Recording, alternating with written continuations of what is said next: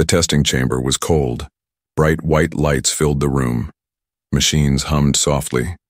The smell of metal and chemicals hung in the air. At the center stood a young alien woman named Zilari. Her long violet hair was tied back. Her skin was silver blue. She wore the white robes of a noble genetic line. She waited quietly as the machine finished scanning her body. A small screen blinked once. Then the result appeared. ZRV. Zero reproductive value. The nurse reading the screen gasped quietly. That can't be right. But the doctor just sighed and shook his head. Triple-checked. It's confirmed. Zilari blinked slowly. What does that mean? The doctor didn't look at her. You cannot produce offspring. Your reproductive systems are inactive. You are officially classified as ZRV. She took a step back. But that's impossible. My mother, my whole line, was cleared. The doctor tapped his tablet. You are a genetic disappointment. The nurse looked at her with pity. You'll be removed from the breeding list, immediately. That word hit her like a punch. Removed. By the end of the day, everything changed. Her family was informed. Her father, Lord Sevek, refused to see her. Her mother cried but didn't fight for her. In their society, a woman with zero reproductive value was useless, unfit to carry forward any bloodline. Zilari's noble badge was taken. Her future marriage contract was erased. Her name was removed from the records of House Valari. No one wanted to speak to her. No one even looked at her. 3 days later, she was sent to an orbital workstation near the edge of the system. A cold metal ring that floated above a mining moon. It was a place where unfit citizens were sent to clean, repair, or monitor empty rooms. Zilari was given a gray uniform. No name badge, just a number. Unit 442B. She worked in silence. Mopping, labs, checking empty data ports, sleeping in a small pod, eating nutrient blocks. She didn't cry, not even once. But inside, she was empty. Not angry, not broken, just invisible. One afternoon, she was assigned to clean the outer science deck. That's where she met him, Dr. Elias Grant, a human. He had come to the station a few days earlier, as part of a research team. He was tall, with short brown hair, a calm voice, and a curious mind. Most aliens didn't talk to humans unless required. But Elias was different. He always smiled. He asked questions.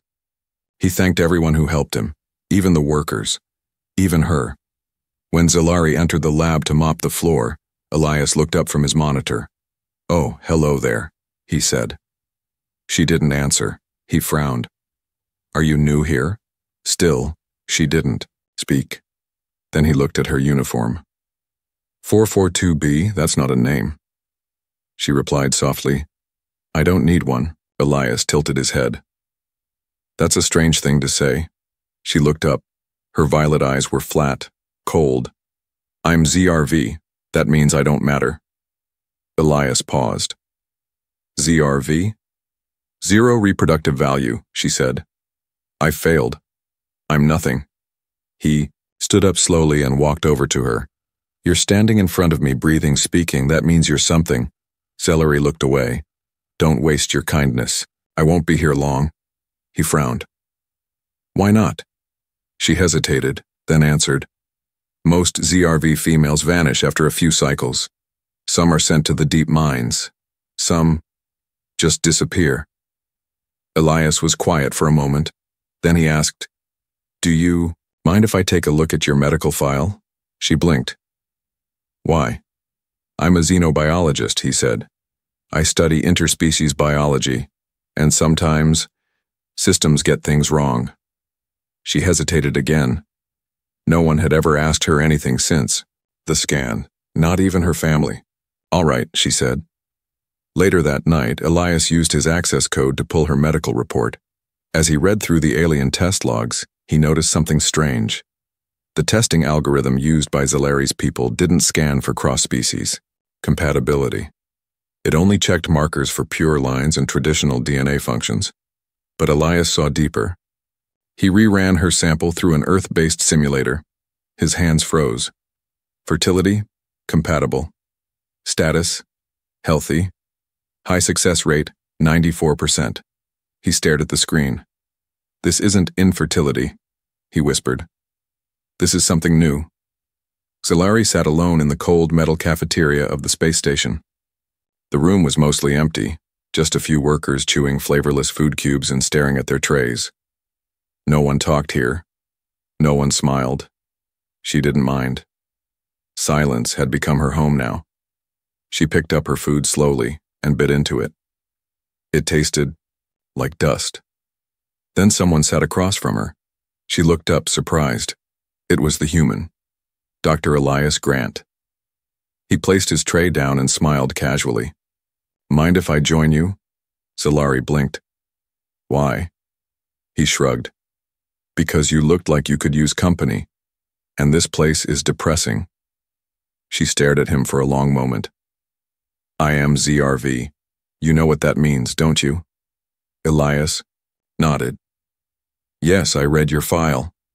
She pushed her tray away. Then you also know I have no future. My own people want to forget me. Talking to me won't help your career. I'm not here for my career, he said softly. I'm here because something doesn't add up. She narrowed her eyes. What do you mean? Elias pulled out a small tablet and turned the screen toward her. This is your scan, but not the version your people use. I ran your genetic profile through Earth's cross-species fertility system. Solari's heart skipped. He tapped the screen again. See, this part, it shows compatibility. High success. It says your reproductive system isn't broken, just different. She leaned in slowly. That can't be right. It is, he said. Your people tested you with outdated methods. Their scans are designed for their own kind. You were declared useless by a machine that wasn't even programmed to understand you. Her fingers trembled slightly. Then, I'm not really barren? Elias smiled gently. You're not barren. You're unique. For a moment, the room faded away. No noise, no cold walls. Just that one word in her head. Unique. No one had ever said that to her before. Not her instructors. Not her parents. Not the doctors who labeled her defective. Elias continued. I think your DNA is evolving in ways they don't understand. I've seen similar patterns in hybrid species before. Maybe you're not broken. Maybe you're a step forward. But they laughed at me, she said, voice shaking. They cast me out. Like trash, I know, he said softly. But maybe that's because they were afraid of what they couldn't explain. Later that evening, Elias invited her to visit the research bay. She hesitated. It had been so long since someone treated her like a person, not a label. But something, deep inside her, said, Go. The research bay was quiet and filled with soft white lights. Screens blinked gently. Holograms floated above a long table. DNA strands spun slowly in midair. Elias walked her through the data. He showed her how her genes responded to human test markers.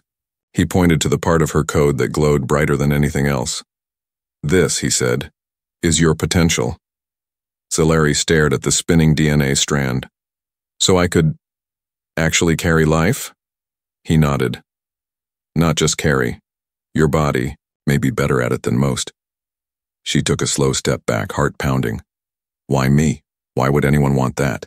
Elias looked into her eyes. Because you were made to be more than what they could see. Suddenly, the lights in the lab flickered. A red warning blinked on Elias's tablet. Unauthorized genetic data scan detected. Alert sent to Central Command. His eyes widened. They found us. Solari's chest tightened. They'll come for me. They'll say I tampered with records. They'll call it a crime. We'll deal with it, he said, moving fast. But first, we need to secure this data.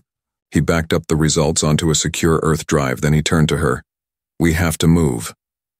Now. She didn't argue. She just asked, Why are you doing all this? Elias paused. Because the moment I saw you, I knew they were wrong about you. And now, I think you're going to change everything." As the lab doors sealed behind them and alarms echoed through the station, Solari whispered, "If I really matter, then I'll fight to prove it." And for the first time in her life, she meant it. The night on the station was cold and quiet. Most workers were asleep. Only security drones floated through the hallways with blinking blue lights. The station clock showed 03:12 when Elias and Zalari slipped into a locked lab on Deck C. Zalari's hands were shaking. She had never broken a rule in her life. She had always followed the system, even when it threw her away. But tonight, she was breaking every rule that defined her. Elias scanned his ID badge, then used an old access code from his university on Earth to bypass the lock. Access granted. Human Research Zone.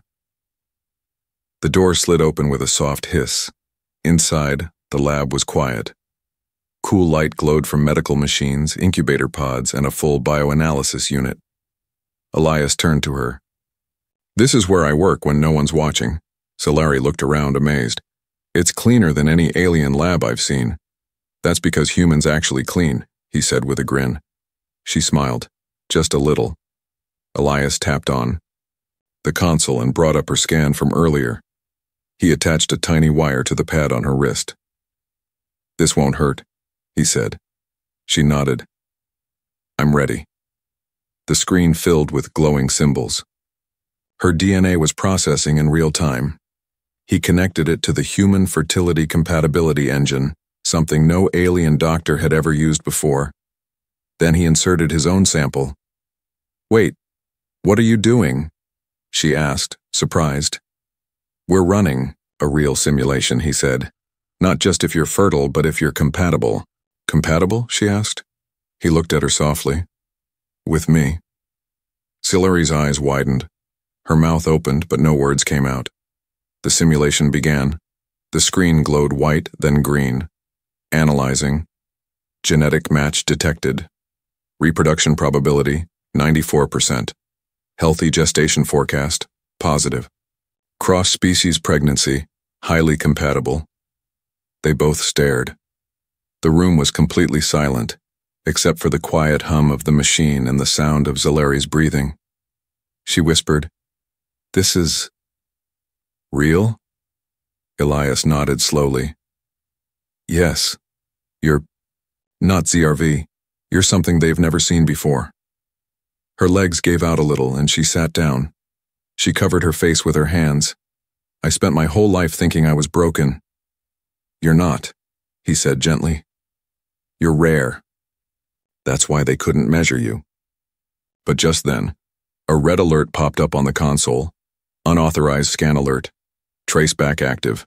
Medical core access flagged. Elias cursed under his breath. "We triggered a warning." "Can they see this?" Zalari asked, panicked. "They will, soon." Elias quickly disconnected everything and copied the results to a personal drive. He handed it to her. "Take this. Don't lose it." She held the small crystal with shaking fingers. "What are you going to do?"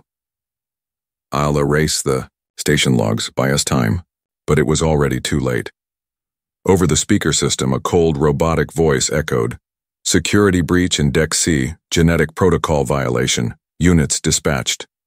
Elias turned to her. "We have to go, now." They ran, through service tunnels, down, back stairs, past crates and old robots. Lights turned red, doors began locking. "We won't make it to the shuttle bay," Elias said, panting. "Too many guards." "Then where?"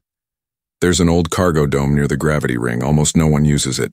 She nodded, breathless. When they finally reached the dome, Elias keyed in an override. The metal door creaked open. Inside, it was dusty, cold, and full of old parts, but there was power, a heater, a bed, a light. Safe for now. They locked the door behind them.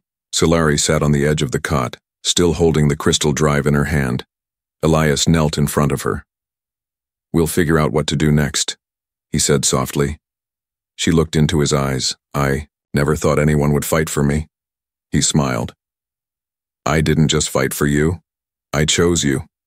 Her voice shook. Do you want to prove the test is real? He paused. You mean? She nodded, face warm. I want to try. For real. Elias stared at her, amazed. Then he reached for her hand and whispered, Then let's change the future. Together. Outside the dome, a small black drone hovered in the shadows. Its red eye blinked. Target located. Subject 442B has escaped. Transmission. Sent Corona subject is with human orders. Prepare retrieval. The dome was quiet. Too quiet. Inside, Zalari sat near the small heater. Her fingers were curled tightly around the crystal data drive. Every few minutes she looked at it, then looked at Elias. She had never held something so important. Not even her noble title long ago had felt this heavy. This tiny chip held the truth that could change everything. Elias worked fast at a console he built from scrap parts. I've erased our local trail, he said. The system thinks we're still in the science wing, but they'll catch on soon. Solari stood slowly, her face calm, but her hand shook. They'll come for us, she said. They'll call it rebellion. Elias met her eyes. It's not rebellion to exist. But they'll never see me as more than a mistake. He stepped closer. Then we show them the truth, on our terms. She looked down. Why do you keep helping me? He answered without hesitation. Because when I look at you, I don't see failure. I see someone brave enough to fight fate. Her eyes softened, then hardened again. A small red light blinked on the wall. Solari froze. They found us. Outside in the metal corridors of the station, a team of masked alien agents moved like shadows. They wore no symbols, no ranks.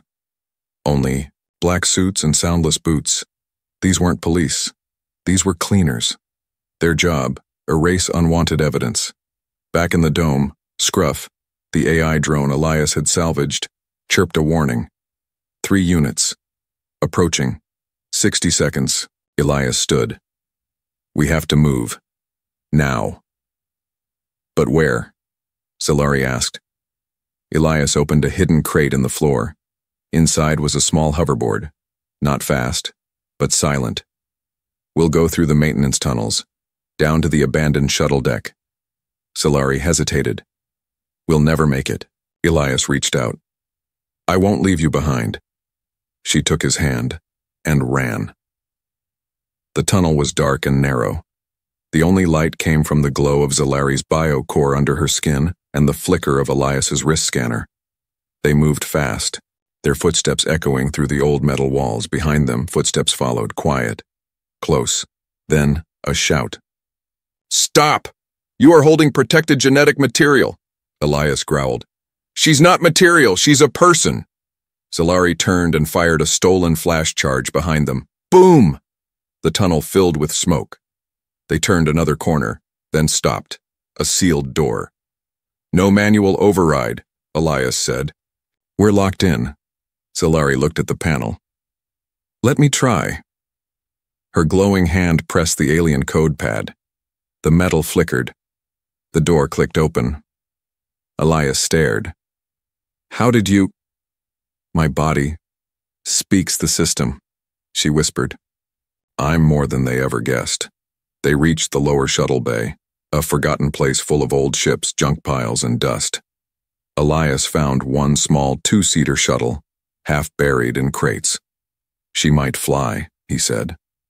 If I bypass the core, I'll cover you, Solari said. But before Elias could finish repairs, the cleaners arrived, blasters raised, returned the hybrid and the human traitor. Now. Solari stood between them and Elias, her arms raised, her voice calm. I'm not yours anymore. You're government property, the lead cleaner said. You were born in a lab, you don't even have a birthright. Elias shouted. That's a lie. She was born the moment she chose to fight back. Solari whispered something under her breath. Then she stepped forward and let her chest plate open. The glow inside her burned bright. Not angry, not wild, Controlled, focused, alive. The nearest agent froze. "What is that?" he whispered. "A heart," Zilari said. Then she triggered. A pulse, boom! A wave of energy knocked the cleaners back. Elias fired up the shuttle. "Let's go." Zilari jumped in. The hatch closed. The ship rose just as the agents recovered. One of them fired. The shot grazed the wing, but they escaped. Out in space, as stars swirled around them, Zilari sat in silence. Her chest hurt. Her body was shaking, but her eyes were full of fire. Elias looked over. "You okay?" She nodded. "Yes, but I'm done running." He smiled. "Then let's make them listen." As the ship moved toward an outlaw safe zone, Zilari held the crystal data in one hand and placed the other on her stomach. She had no proof yet, no tests. But somehow, she knew. "I'm not alone anymore." The stars outside the window of the stolen shuttle looked calm, but inside, everything had changed. Zilari sat on a padded bench wrapped in a soft thermal blanket. Her silver-blue skin was paler than usual, and her eyes had a strange glow, bright but distant. She looked down at her hands. One hand still held the crystal drive, the proof of her genetic truth. The other rested gently on her belly. She hadn't said anything since they escaped. But Elias noticed the way she kept touching her middle. He finally asked, "Are you hurt?" She shook her head. Then, "What is it?" She looked up at him slowly. "Something's different." They docked on a quiet, human-run medical station, hidden in an asteroid field, far from alien-controlled space. This place wasn't fancy. It was built from old metal, held together by human engineers and powered by stolen tech. But it was safe. Here, Zilari was finally seen as a patient, not a problem. A human doctor scanned her carefully, checking vitals, blood flow, and core readings. Then, he stopped. His face changed. Elias saw it right away. "What is it?" The doctor turned slowly. "You're not going to believe this." Zilari sat up. "Tell me." The doctor showed her the scan on a floating screen. A soft flicker. A small shape. A heartbeat. "You're pregnant," the doctor said. The words hit like thunder in the quiet room. Zilari's mouth opened, but no sound came. Her fingers moved slowly over her belly. "Pregnant?" she whispered. The doctor nodded. "It's early, maybe only a few days, but your system is responding exactly as it should. The fusion is stable." Elias took a step closer. "Is it?" The doctor gave a small smile. "It's healthy. Cross-species markers show 50% human, and the alien half, fully active." Zilari began to cry. Not loud sobs, just soft, silent tears that rolled down her cheeks. "I was never supposed to. I was nothing." Elias knelt beside her. "You're everything now." The news didn't stay secret for long. One of the human nurses leaked the scan to a private Earth medical channel. Then it was copied, shared, spread. Within hours, the story exploded. Infertile alien declared pregnant by human. Science breakthrough. Or genetic crime. ZRV female beats nature itself. First ever human-alien pregnancy confirmed. Miracle or mutation? On alien worlds, the reaction was chaos. High councils denied everything. They called it fake, a stunt, a genetic trick. But more reports kept appearing. Interviews with the human doctor, anonymous data uploads, even old footage of Zilari's lab. Tests leaked online. People who once laughed at her now stared at the screen in silence. The broken girl was carrying life. Meanwhile, on the medical station, Zilari tried to stay calm. She barely left her room. Every time she looked at the window, she wondered who might be watching. But Elias never left her side. He brought her warm drinks, showed her calming music, and stayed up late repairing her data drive. "I don't want to be famous," she said quietly one night. "I know," he replied. "You just wanted to live." She nodded. "But now they want to use me as proof, as a threat, as a target. Then we make the choice ours, Elias said. We go to the council ourselves. Zalari blinked. To the Genetics Council? Yes. Publicly, with cameras and doctors and human witnesses. They'll crush us, she whispered. Not if you speak first. 2 days later, a human ambassador offered protection and transport. The council agreed to a public hearing, one they thought they could control. But they were wrong. As Zalari stepped onto the grand floor of the Galactic Genetics Council, her belly slightly rounded, her body glowing, dozens of cameras turned to her.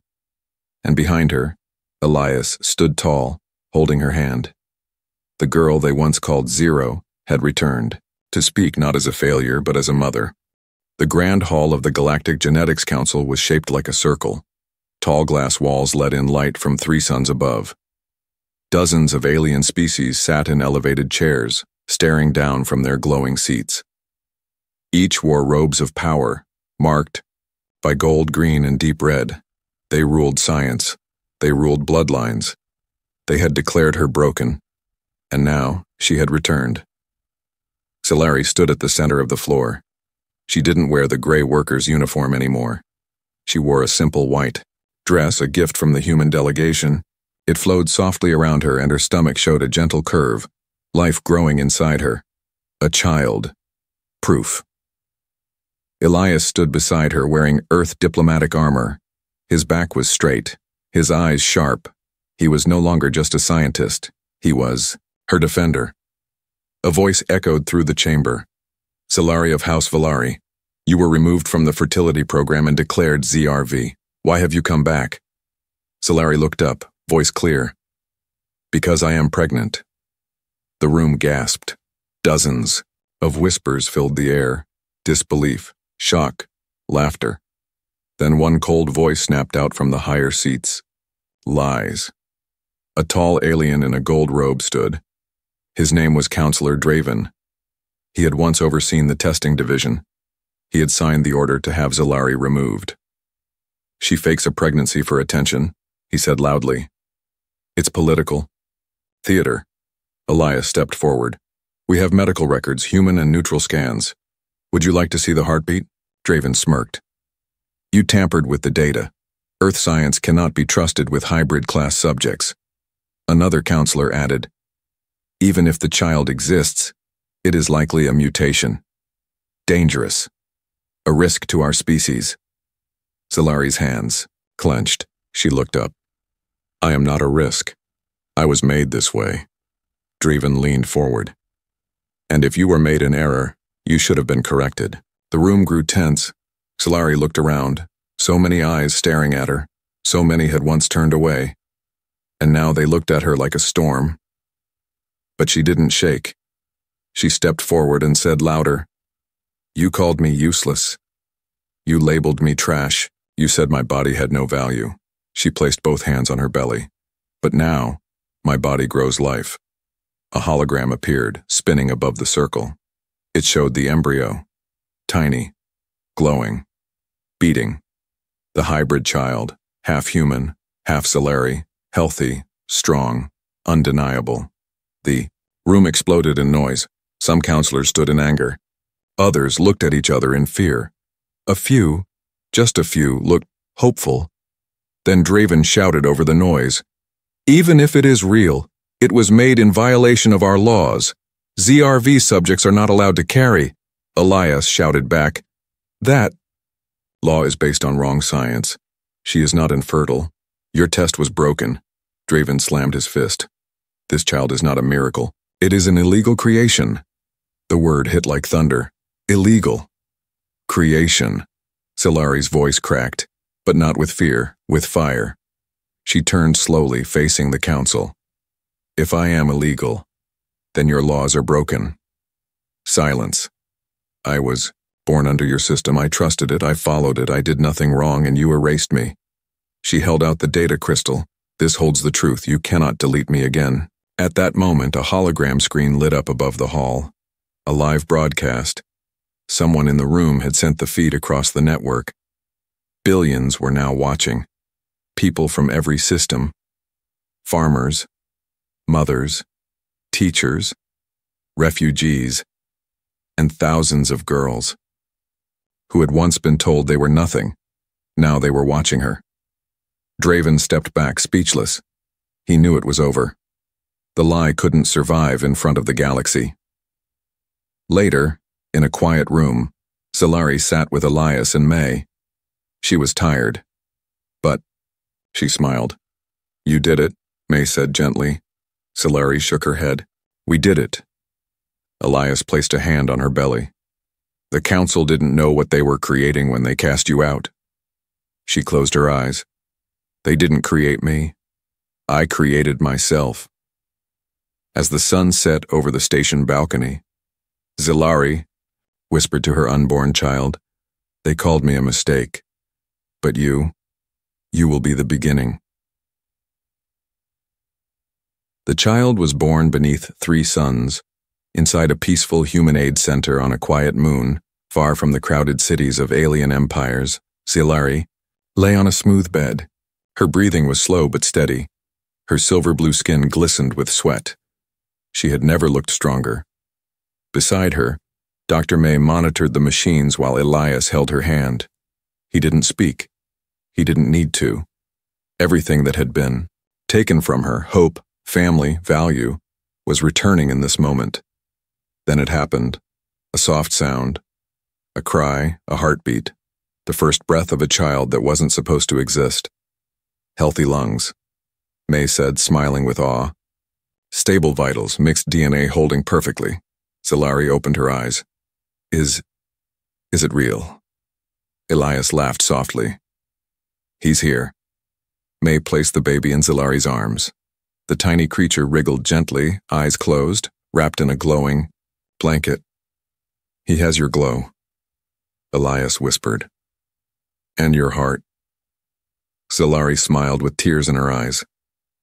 He was never supposed to be real, she said. But he is. Just like me. News that broke borders. The moment was recorded. By choice. Zilari wanted the galaxy to see not just the birth, but the truth. Within hours, the footage had been shared across thousands of systems. A girl once labeled ZRV, smiling with her newborn son in her arms. A human holding the mother's hand with pride. A hybrid child crying for the first time beneath alien suns. The impact was instant. Every major network, every political group, every scientist, every noble family. They all saw it, and for the first time in centuries, the genetic councils across the galaxy couldn't hide. On Zilari's homeworld, families who once whispered behind her back now watched the footage with red faces. Some still denied it. Some screamed for investigation. But the public didn't want excuses anymore. They wanted answers, from defect to definition. Over the following weeks, Zilari and Elias were invited to speak at medical forums, hybrid rights conferences, and planetary science assemblies, but she refused most invitations. Didn't do this to be famous, she told Elias. I did this so no girl will ever again believe she is worthless because of a number. Still, one event couldn't be avoided. The new Galactic Unity Summit called by Earth and 3 alien species that wanted change. The final stage, the Unity Hall, was bigger than any council chamber. It wasn't shaped like a circle of judgment. It was a bridge, a walkway, stretched between platforms floating in open air. At the center, a stage faced billions of viewers across the galaxy. Zilari stood there, wearing white again, this time with silver trim. Her baby was in her arms. Elias stood to her left. To her right, Dr. May and Scruff, the little drone, beeped proudly. She looked into the camera and began to speak. My name is Zilari. I was born into a noble house, but when they tested my body, they said I had no worth. They erased my name. They removed my rights. They gave me a number, ZRV, zero reproductive value. I believed them, for a time. Then I met a human who looked deeper, who asked questions, who saw me. I am not a number. I am not a defect. I am not a rule written by men who fear change. I am a mother. And this child, my child, is proof that life does not ask for permission to be born. She held the child up slightly and the camera zoomed in. You can call him hybrid. You can call him anomaly. I call him my son. And one day, he will ask me what I was before he came into this world. And I will tell him, I was the girl they all laughed at, the one they threw away.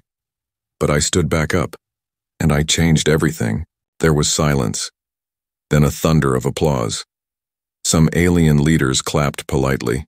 Some stood and bowed, but millions of ordinary people across systems, those watching from small homes and refugee camps and hospital beds, they cheered, because they had all been told at some point that they were too small, too broken, too different. And now they had a name to remember. Zalari, the girl who proved a heart could beat louder than the galaxy's rules. What came after? Months passed. Laws began to change. Abolished classifications, new hybrid care programs, independent cross-species fertility centers. Some governments resisted, but too many voices had already risen. They couldn't shut the doors again. Zalari refused to join politics. She didn't want power. She moved to a quiet moon with Elias and raised her child where the stars were peaceful and the nights were long. They named him Kale, a word from both human and alien languages. It meant born against the odds. Kale grew fast. He laughed early, walked early. His mind was curious, his heart strong, and every year on his birthday, Zalari told him the same story. They said I was a failure, but I gave birth to a future. Final scene. Years later, Kyle, now older, stood before a group of young students on a space station. He looked like both of his parents, human eyes, glowing alien skin. He told them his mother's story, and when one shy girl at the back of the room raised her hand and asked, "Can someone like me do something that matters?" Kyle smiled. "You already do," he said. "You're still here, and that means everything." She was labeled 0 by her world, but to the galaxy, she became the mother of a new beginning.